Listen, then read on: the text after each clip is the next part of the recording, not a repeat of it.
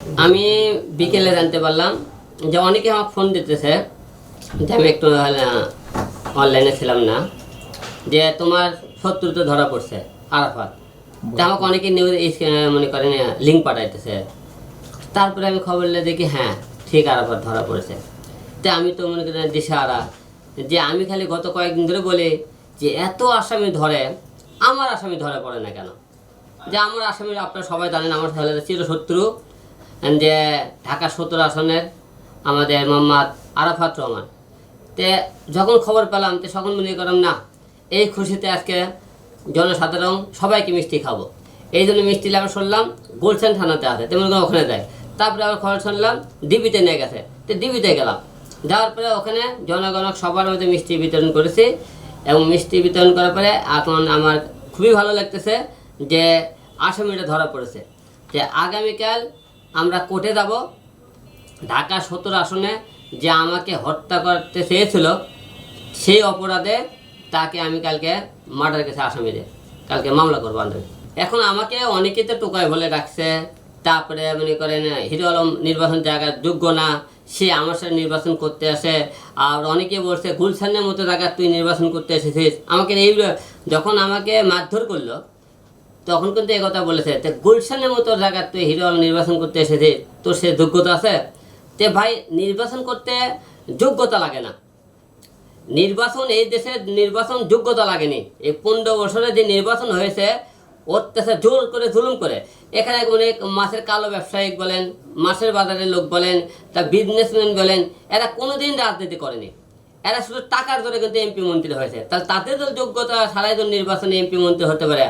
আমরা তো 2-4 বার তাও জনগণের নির্বাচন করেছি, ছোটোর থেকে নির্বাচন করে আসতেছি। আমি এলাকায় প্রথমে 2 বার ইউনিয়ন পরিষদে আমি নির্বাচন করেছি, তারপরে আমি জাতীয় নির্বাচন একটা না 4টে জাতীয় সংসদ নির্বাচন করলাম আমি। তার নির্বাচনে একটু হলেও অভিজ্ঞতা হচ্ছে। সবচেয়ে বড় কথা আমি জনগণের জন্য কাজ করতে চাই, জনগণের পাশে থাকতে চাই, এটা আমার মূল লক্ষ্য আর কি। এই জন্যেই আমি সব কিছু মিলে তারা আমাকে মারধর করেছে।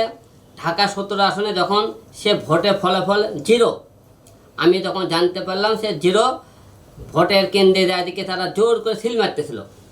আমি সেই সিল মারাগুলো হাতে নাতে ধরি, ধরার পরে তারা করছে কি আমাকে ধাক্কায় কেন্দ্র থেকে বের করে নিয়ে আসে, রাস্তায় নিয়ে আসছে। রাস্তায় নিয়ে আসার পরে আপনারা দেখছেন কী হারে আমরা পশুর মতো আমাকে তারা মারধর করেছে। সেই মারের দাগ এখন আছে, সেই যে মনে করেন মারধর দেখেন আমার এখানে 2টা দাগ দেখা যায়, দেখেন এখনও 2টা দাগ আছে, পিঠে এখনও দাগ আছে। আমি আপনারা মনে করেন এই যে অত্যাচার জুলুম, এই অত্যাচার জুলুম আল্লাহ পাক অবশ্যই একদিন পতন করে। আর এরা মনে করে খালি মনে করেন এরা কেন যে কোনো লোককে মনে করে ক্ষমতা মনে তার চিরস্থায়ী, একবার ক্ষমতা পেলে আর মানে কোনোদিন নামবে না। জনগণ তাদেরকে ক্ষমতা দেয়, জনগণ আবার ক্ষমতার থেকে নামাতে পারে, এটা কিন্তু বুঝতে হবে আপনাদেরকে।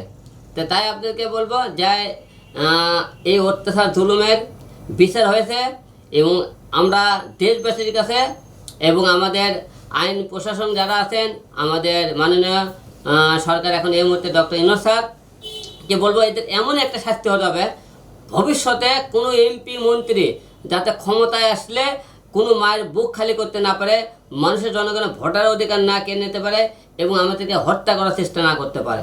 আমি এটাই সবার কাছে আহ্বান জানাবো। কালকে আদালতে এই কারণে যাবো যে আমাকে যে হত্যা করতে চেয়েছিল, সে হত্যা করার সেই মামলার জন্য কালকে আমরা যাবো। সে আমাকে হত্যা করতে চেয়েছিল এবং আমার ওখানকার ভোটে আমি অনেক ভোটে জয়ীছিলাম, আমার আসনটি সে ছিনিয়ে নিয়েছে, এই কারণে আমি 2টা মামলা করবো তার।